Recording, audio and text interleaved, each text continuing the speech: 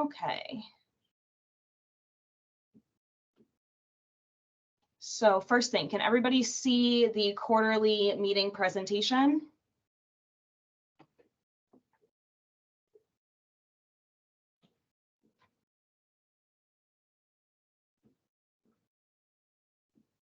Yeah, Marsha, you can come off mute.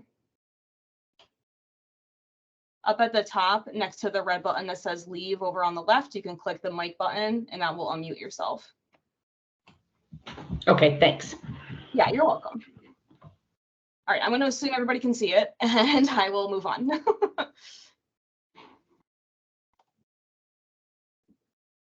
All right, so first I wanted to do some quick trivia. So first question I have is, how many people donate blood each year in the United States? Options are A, 68 million, B, 31.9 million, C, 6.8 million, or D, 2.9 million. So you can put your answer in the chat, or you can say come off mute and say it out loud, or just think it to yourself if you'd rather do that.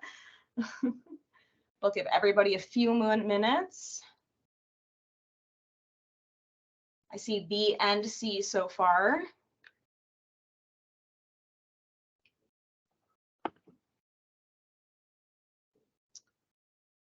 So the answer for this one, how many people donate blood each year in the United States? The answer is actually C, it's 6.8 million.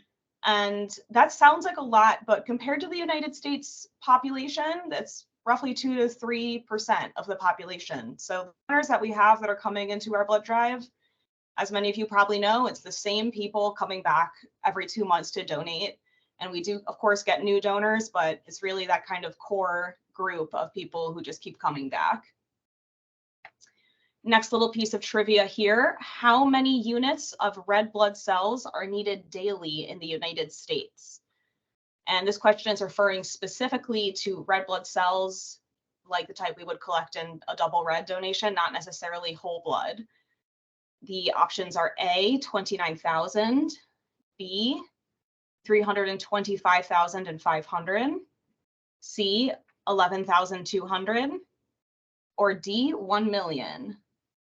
I see A, B. All right, the answer to this one is A. 29,000 units of red blood cells are needed every day in the United States. So you can see that's quite a lot, but there's also, that also too is not necessarily representative of all of the different types of blood products that might be needed daily, because it's not including plasma and other types of donations that we might take. So in actuality, when looking at the whole, that number could be even bigger. All right, so the first thing I wanted to go through are just a few quick announcements. So we were just speaking about this, the September giveaways that we did last month, those are being mailed out. If you qualified, so if you did 3 or 4 different shifts in September, that means you qualified for one of these gifts. If you do not receive yours by the end of the month, please let me know and I can look into it. I also recognize that there are some counties where 3 or 4 shifts are not feasible. This particular giveaway is run by our national team. So they're looking really globally at all the counties around the country, but looking more locally, I know that there's places where you can't do 3 or 4 shifts a month. So I also have some of my own giveaways that I'll be sending out throughout the month. The next thing, I just want to say that moving forward, donor ambassadors are all going to need an ID badge with an accurate photo. I know some people have older ID badges that don't have a photo, or some people might have just never gotten an ID badge. So we will all need one going forward when you're at a blood drive. And to get one, you'll just email me. It's easiest if you put bio ID badge request as the subject of the email, and then attach a passport style photo of yourself. And what I mean by passport style is just that you are facing the camera, the photo isn't blurry, it needs to be an accurate representation of what you look like. So it doesn't necessarily have to be brand new, whether it's 30 years old, that might not be the most accurate photo. And just if you have also any, like a hat that you wear all the time or a headscarf or anything like that, you can leave those on in the photo. It's not quite as official as a real passport photo. And then in that email to me, just be sure you include your name as you want it to appear on the badge. So if you have a nickname that you normally go by, you can put that in there just so we know the name on the badge is what you like to be called. We'll also need to have your emergency contact information updated, and you can do that yourself through Volunteer Connection, or you can give me the emergency contact information and I can update it for you. The purpose is that if anything were to happen to you at a blood drive, we need to be able to identify who you are and then immediately contact anybody in your emergency contact. So the badge and the emergency contact information work in tandem there.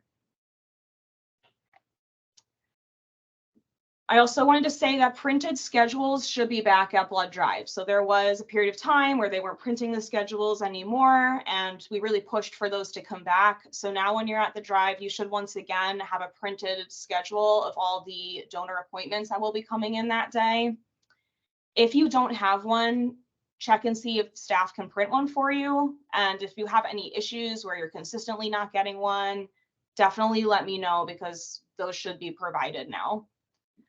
We're also going to have new Book Now tablets that are going to be going out over the next couple weeks. It will take a while for those to be sent out, but they're going to be larger and have a better battery life. So hopefully that will resolve some of the issues that we have with the Book Now tablets not being charged. I also just wanted to mention I'm going to be traveling for professional development next Thursday and Friday. I will be meeting with my counterparts across the state, and we'll be getting together to do some education and things like that. So I'll still be available if you have anything urgent that comes up. The best way to be in contact with me during that time would be text or phone call, and I'll make sure I send reminders of that as well. All right, so I wanted to take a look back over the past 3 months and look at our growth and everything that you have accomplished. First, we have 23 new donor ambassadors who joined the team between July and September, and we had a few come on in October as well that will celebrate next quarterly meeting. But it's really great to see growth, especially during this time of the year, because fall is just really such a busy time. Also, a quick reminder, these are the 12 counties that I cover. So this is our territory. It includes the Western New York chapter, but also pieces of the greater Rochester and Southern tier chapters as well. We currently have 206 volunteers in our territory, so that's definitely been some growth since the last time we had a quarterly meeting. And between all the volunteers, you all completed 3,035 hours of volunteer work between July and September. That's really amazing. That's also some growth since last time we met. That's an average of around 5 hours per month. And, you know, I want to be clear, some people are doing way more than that, and some people can't do that much. Some people volunteer once a month or even less than that, and that's completely fine. I really appreciate any amount of time that you can donate.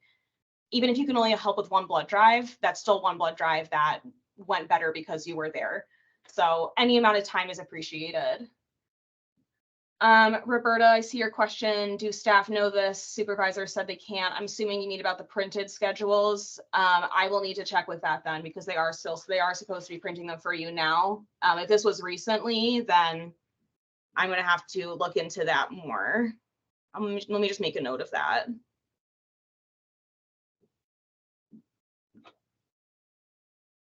If anybody else has that problem, please let me know. I will talk to collections and just make sure we're on the same page about that.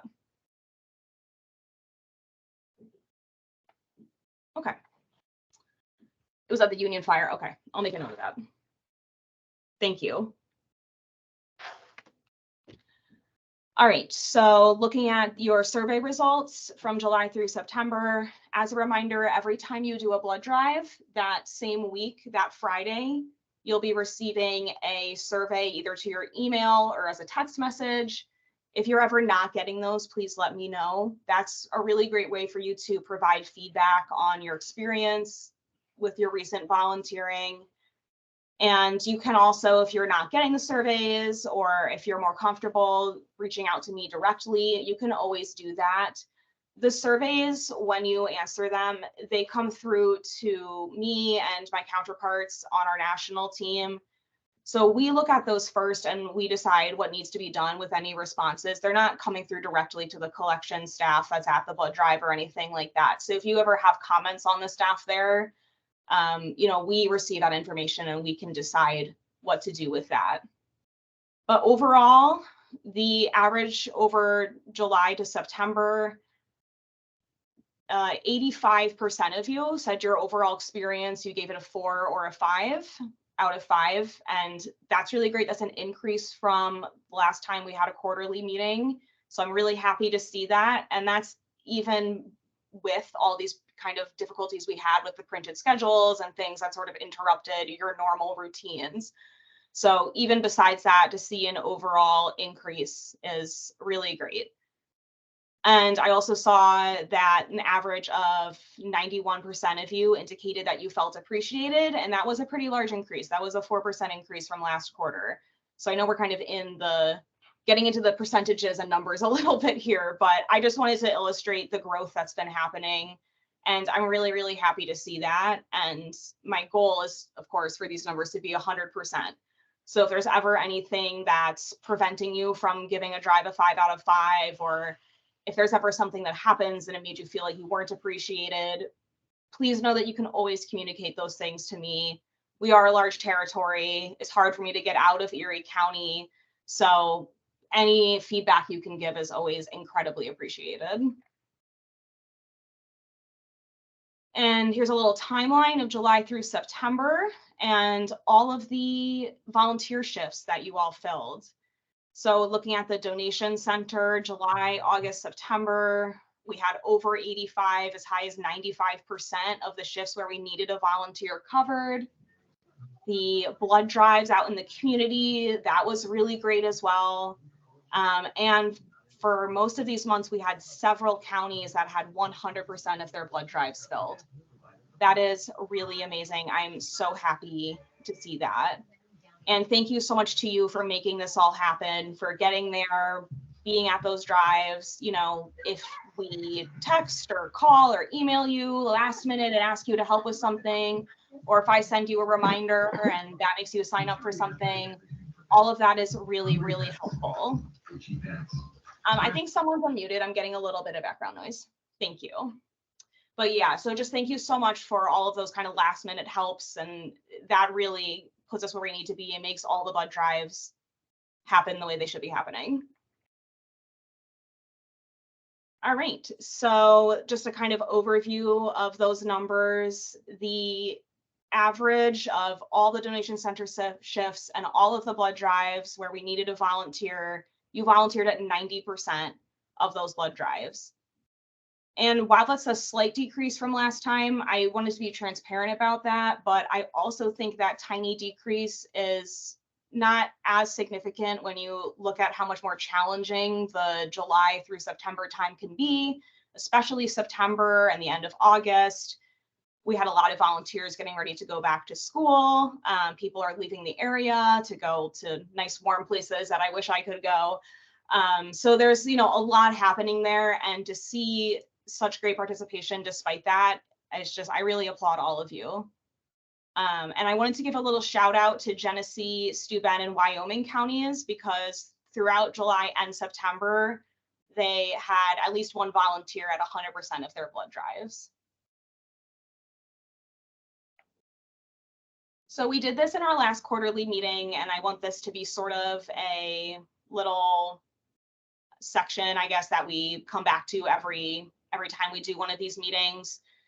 And I'm calling it back to basics, and it's really just getting us all on the same page. No matter how long you've been a donor ambassador, you may be really experienced, you may be brand new, but just to make sure we're all aligned on kind of best practice and things like that. Things change so often, so it's good to just sort of touch base about this stuff once in a while. So this time, what I really wanted to talk about was etiquette at the blood drives and donation center, as well as reviewing the responsibilities of a donor ambassador. One thing I want to emphasize is that when you arrive at a blood drive or at the donation center, always check in with the staff, with the charge person or the supervisor if they're available, and just let them know you're there. Even if you know each other and they know your name and everything, just give them a little wave just so they see you and they know that you're there. It really helps me if the staff is confident about when you arrived and that you were present and all of that. Also, if you get to the drive and you notice maybe there's been a change to how things have been arranged, if the canteen looks different than normal, or if the setup of the check-in desk and the canteen maybe doesn't feel comfortable to you, make sure you check with the staff, particularly the charge person or the supervisor, before you move anything around. A lot of times they have specific regulations that they're adhering to in terms of where things need to be. So we just want to make sure that we're not jeopardizing any of that. We want to be very respectful of the various things that they have to keep track of. So you can certainly ask if you can move a table or move some chairs or something like that. You can definitely ask those things, but just before making any major changes, just make sure that you check with them. I also want to point out that if the setup poses challenges for looking at the canteen and the check-in desk at the same time, we need to prioritize the donors in the canteen. Sometimes we have, as you all know, kind of odd locations for our blood drives, and things might be arranged in a way that is a little strange just because we're working with what we got in that space. And sometimes it may be hard to observe the check-in desk and the canteen at the same time. We need to remember that the check-in desk is really run by the donor. They come in, they put in their information. We can always assist them with any questions that they may have, but really they're the one typing their information in if they need to type it in. They're the one confirming everything. So prioritize the canteen because the donors there may have a negative reaction to donating, and we really need to keep a close eye on them. That's the way that we can make sure the donors are the best taken care of. So if you have to kind of split your attention, I would say focus on the canteen, and then of course you can help with any questions at the check-in desk.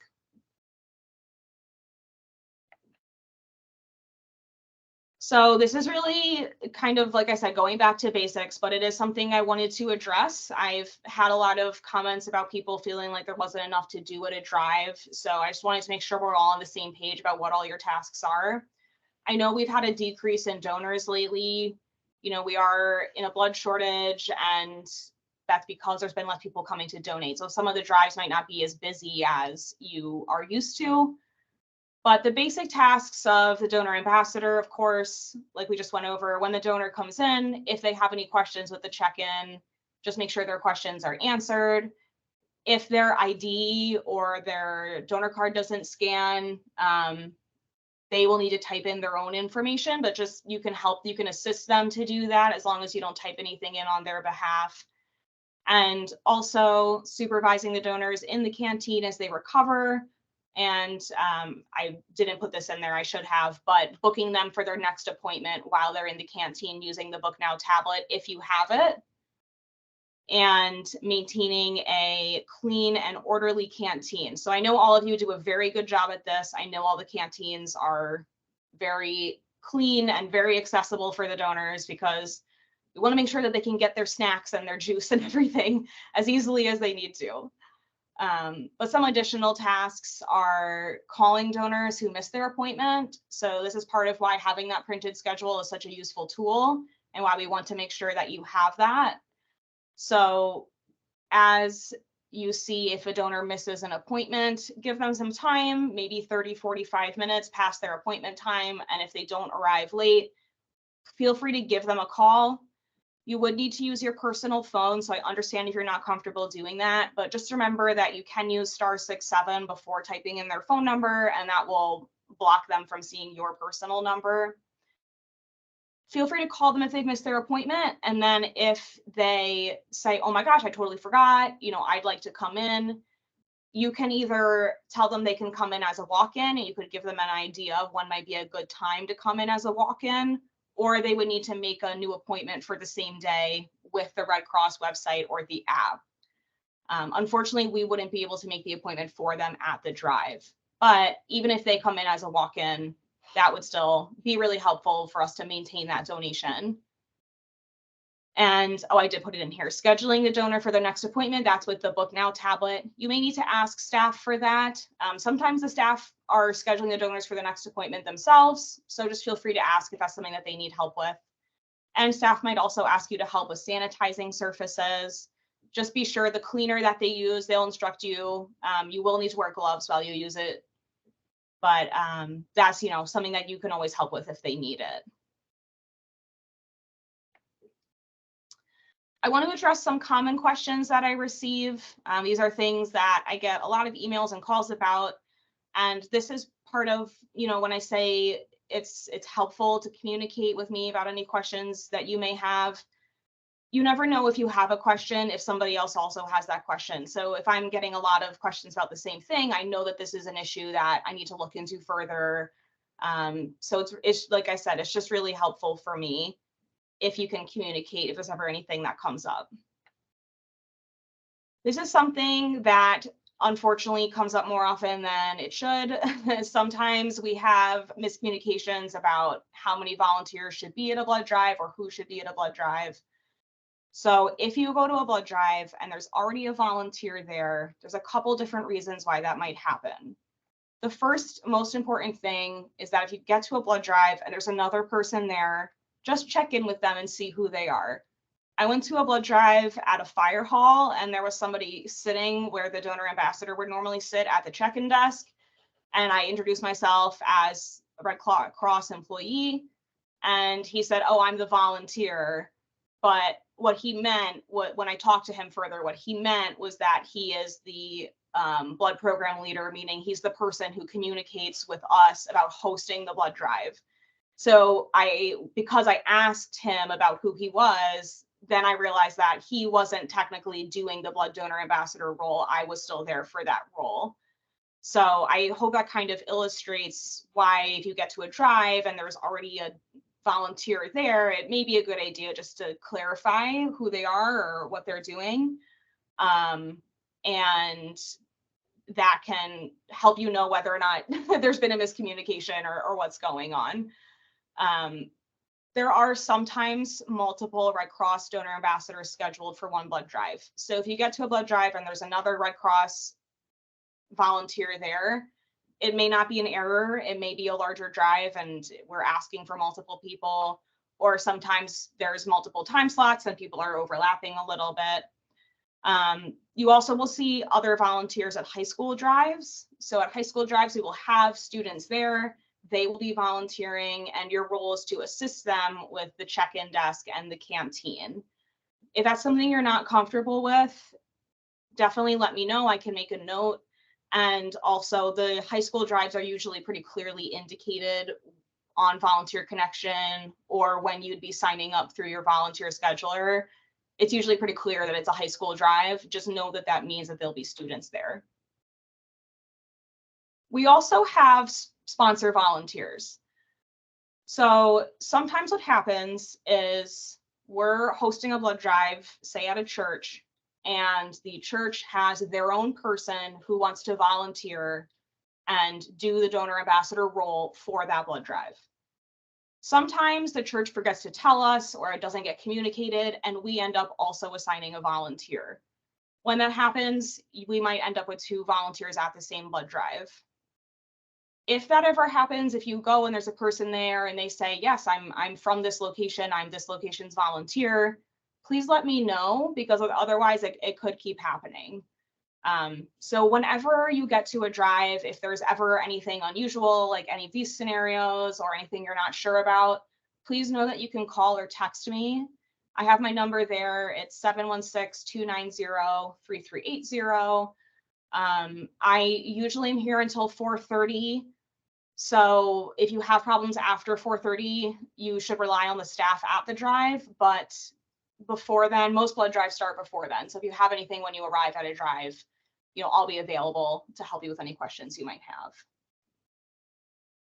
I see Amy's question. The snacks in the canteen haven't been set up, just the boxes of water and juice still in the plastic packaging. Is that a change? It may change by the collection staff. It may also just be that particular charge person or supervisor. They may each have their own method, but you can feel free to set up that stuff in the canteen however you'd like. So as long as those are accessible to you, you know, you can put them out and put them on the table and make it look nice and friendly and welcoming for the donors to have that selection of snacks. That shouldn't be a problem at all. So feel free to do that. That's part of the donor ambassador role, is making sure that all of those things are set up for the donor. Yeah, Roberta, traditionally it is the donor ambassador's task to sort of keep all those things stocked and everything on the canteen table. Okay. So I've also had some questions about blood drives being booked far in advance, or particular shifts in the donation center being consistently booked far in advance. And this is because of the adopted drive or a donation center shift that we have. So basically what this is if you have a blood drive and you always do that blood drive, you're always there, you know the donors, you really like that drive, I can book you out for that drive 4 or 5 months in advance. And it's not an obligation. You don't have to go to every single one if you're not available. But basically, it just makes you the designated go-to person. And we can do that for donation center shifts as well, whether that's once a week or once a month. So if you see in the Volunteer Connection calendar drives and it looks like that drive is never available, there's always the same person signed up, that's because they adopted it. And anybody can do that. You know, this is not a new program. This is something we've been doing for a little while. So just so you're aware, that's what's going on there. It's not just that people are getting in right as it opens up and signing themselves up right away. It's a particular program that we do. And if you have any interest in adopting a drive that you like, or if you like going to the donation center once a week or something like that, always let me know and we can work something out.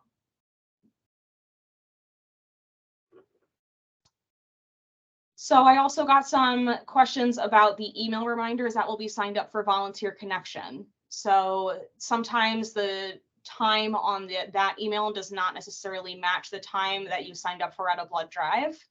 And I wanted to go into a little bit more detail here just to explain why that happens. So as an example, say there is an upcoming blood drive that runs from 12 p.m. to 6 p.m.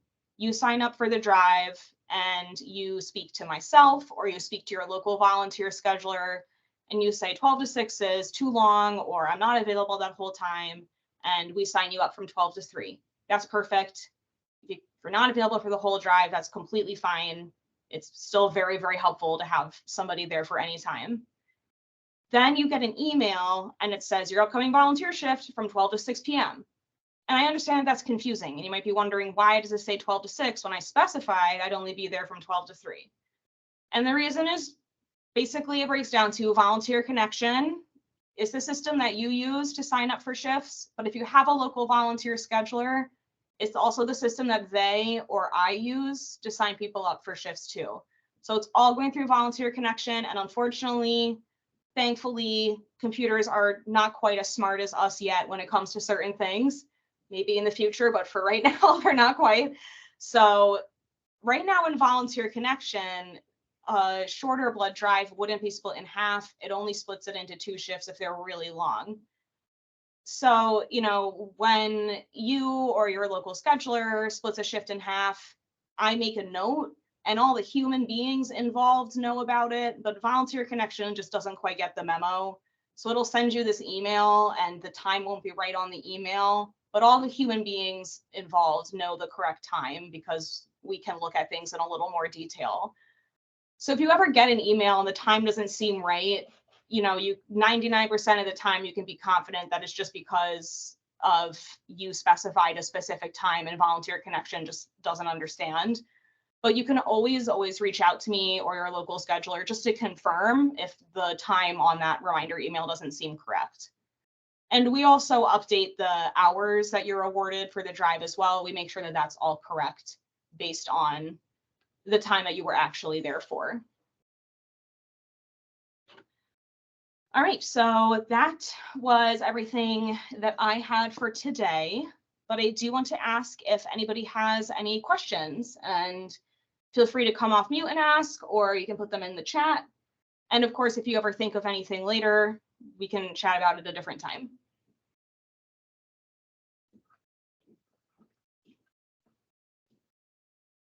Amy, I see that comment about the split shifts.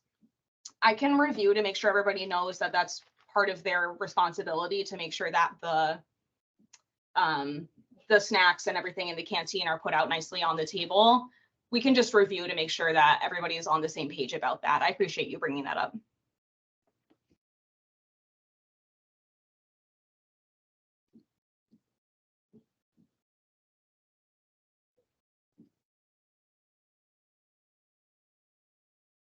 All right, I'm just making a note of everybody who's here. I will give everybody credit for being here today. Okay. All right, no other questions? All right, perfect. Well, thank you so much. Thanks for being here tonight. I appreciate your time. I'm trying to work on the best time to do these meetings. So if you have any feedback about the time, you know, I'd be happy to hear it. We're just kind of like I said, just kind of working on finding the best system for everything. So thank you so much for being here. I really appreciate it, and thank you for everything you do. I like this image because it really encapsulates the truth. We can do we do what we do because of you. We can do what we do because of you. So thank you so much, everybody. Thanks, Carrie. Thank you. Thank you. Thanks. Thank you. Thanks.